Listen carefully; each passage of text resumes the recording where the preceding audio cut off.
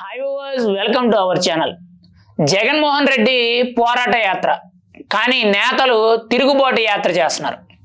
ఎందుకు ఏంటి అని అంటే, ఒక 4-5 రోజుల కిందట రైతులకి అన్యాయం జరిగిపోతుంది, రైతులు పండించిన ధాన్యం అనేది ప్రభుత్వం కొనుగోలు చేయడం లేదు, గిట్టుబాటు ధర ఇవ్వడం లేదు, రైతులు పంట వేసుకోవడానికి వాళ్ళకి ముందుగానే పెట్టుబడి డబ్బులు అనేది ఇవ్వడం లేదనేటట్టు జగన్మోహన్ రెడ్డి గారు ఒక పోరాట యాత్ర చేశారు వైఎస్ఆర్సీపీ తరపు నుంచి. దానికి వైఎస్ఆర్సీపీ కార్యకర్తలు, వైఎస్ఆర్సీపీ అభిమానులే సరిగ్గా రాలేదు. అసలు ఎప్పుడు జరిగిందో, ఏ టైంలో జరిగిందో, ఎక్కడ జరిగిందో కూడా చాలా వరకు తెలియదు. అయితే ఇందులో ప్రజలెవరూ కూడా, అంటే రైతులు ఎవరు కూడా పాల్గొనలేదు. కానీ కీలకంగా చూసుకుంటే జగన్మోహన్ రెడ్డి గారు రైతుల తరపున చేసిన పోరాట యాత్ర అనేది నెంబర్ 1గా సక్సెస్ అయిందని చెప్పి చెప్తున్నారు. అయితే ఇది పక్కన పెడదాం.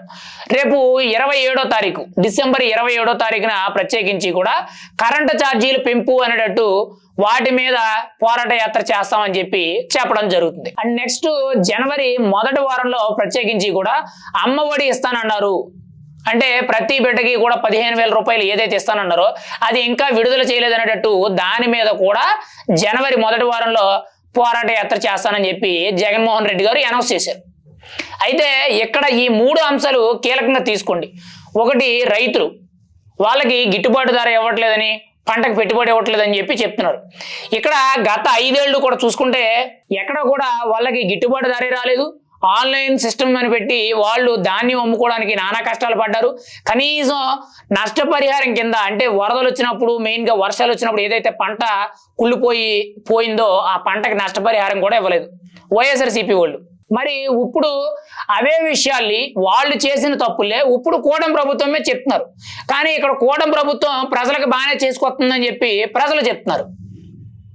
అర్థమైంది కదా? ఇక్కడ గత 5 ఏళ్ళు కూడా వైఎస్ఆర్సీపీ పరిపాలనలో జరిగిన తప్పులన్నీ కూడా ఇప్పుడు కూటమి ప్రభుత్వం చేస్తున్నట్టు, కూటమి ప్రభుత్వం ఏదో రైతుల పట్ల అధ్వానంగా వ్యవహరిస్తున్నట్టు వీళ్ళు చెప్తున్నారు.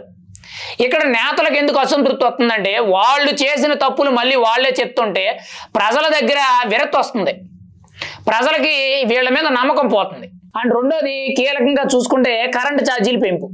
ఇక్కడ కరెంటు ఛార్జీల పెంపు మీద మేము పోరాట యాత్ర చేస్తాము డిసెంబర్ 27వ తారీఖున అని చెప్తున్నారు. మరి గత 5 ఏళ్ళు కూడా వైఎస్ఆర్సీపీ ప్రభుత్వంలో దాదాపుగా 7 సార్లు కరెంటు ఛార్జీలు పెంచారు. ఎందుకు అనంటే రాష్ట్రం అప్పుల్లో ఉంది, రాష్ట్రానికి పెట్టుబడులు అవసరం, విద్యుత్ శాఖ అప్పుల్లో ఉంది, లేదనంటే జీతాలు ఇవ్వలేకపోతున్నాం, ఇంధనాలు కొనుగోలు చేయలేకపోతున్నాం, లేదనంటే కొత్తగా ప్లాంట్లు పెడుతున్నాం, లేదనంటే సబ్సిడీలు ఇస్తాం, ఇలా పలు రకాల కారణాలు, 1-2 అని కాదు, పలు రకాల కారణాలు చెప్పి 7 సార్లు, 5 ఏళ్లలో 7 సార్లు కరెంటు ఛార్జీలు పెంచారు. ఇప్పటికీ కూడా ఆ కరెంటు ఛార్జీల గతంలో వాళ్ళు చేసిన తప్పిదాల వల్లే ఇప్పుడు చాలా ఇబ్బందులు పడుతున్నాయి. మీకు ఎగ్జాంపుల్గా చూసుకుంటే మొన్న అదానికి సంబంధించి జగన్మోహన్ రెడ్డి ఏదైతే 7,000 మెగా యూనిట్ల కరెంట్ అనేది ఒక్కొక్క యూనిట్ వచ్చేటప్పటికి 5.5 రూపాయల కంటే ఎక్కువగా కొన్నారు. అంటే ఇప్పటి వరకు కూడా రాష్ట్రంలో అంత భారీ స్థాయిలో ఎక్కడ కొనల. అక్కడ దాదాపుగా రాబోయే రోజుల్లో దాదాపుగా 1,00,000 కోట్లకు పైగా అప్పు అనేది కేవలం విద్యుత్ శాఖమే పడుతుంది. మరి ఇలాంటి కారణాలు ఇంకా చాలా ఉన్నాయి, 1-2 అని అనలేం మనం. కొంతమందికి జీతాలు ఇవ్వకపోవడం, లోటు బడ్జెట్లు ఉండడం, ప్రభుత్వం ఇబ్బందుల్లో ఉండడం, ఇలా పలు రకాల కారణాలు ఉన్నాయి.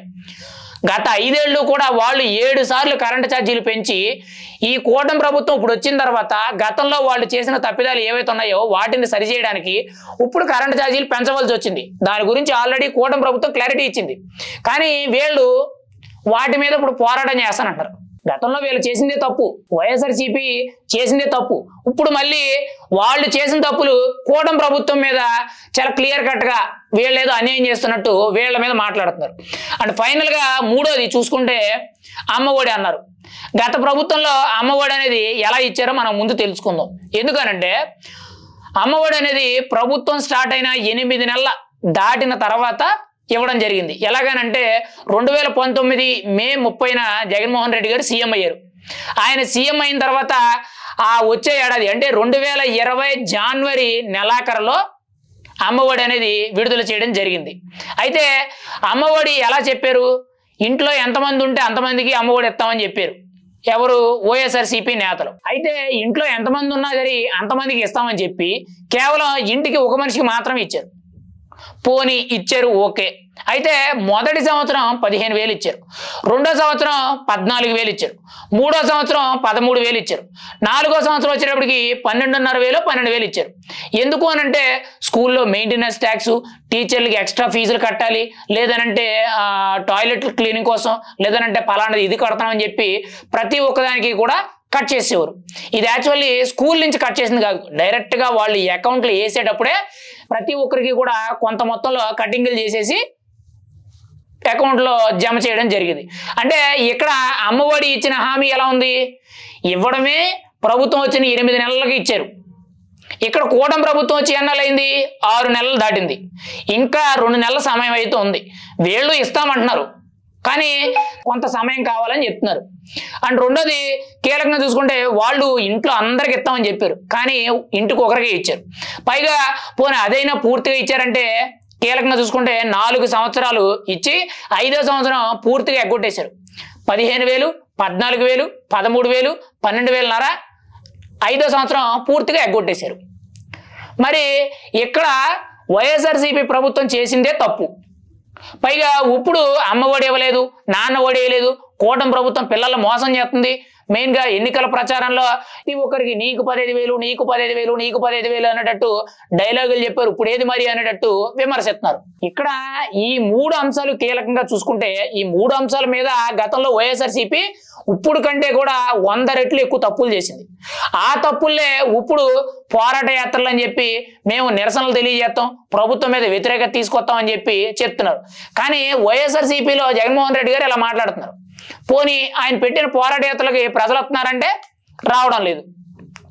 ఆ వచ్చిన వైఎస్ఆర్సీపీ నేతలు కానీ కార్యకర్తలు ఏమనుకుంటున్నారంటే మనం చేసిన తప్పులే మళ్ళీ వాళ్ళ మీద చెప్తా ఉంటుంటే అసలు ప్రజలు ఎందుకు నమ్ముతారు?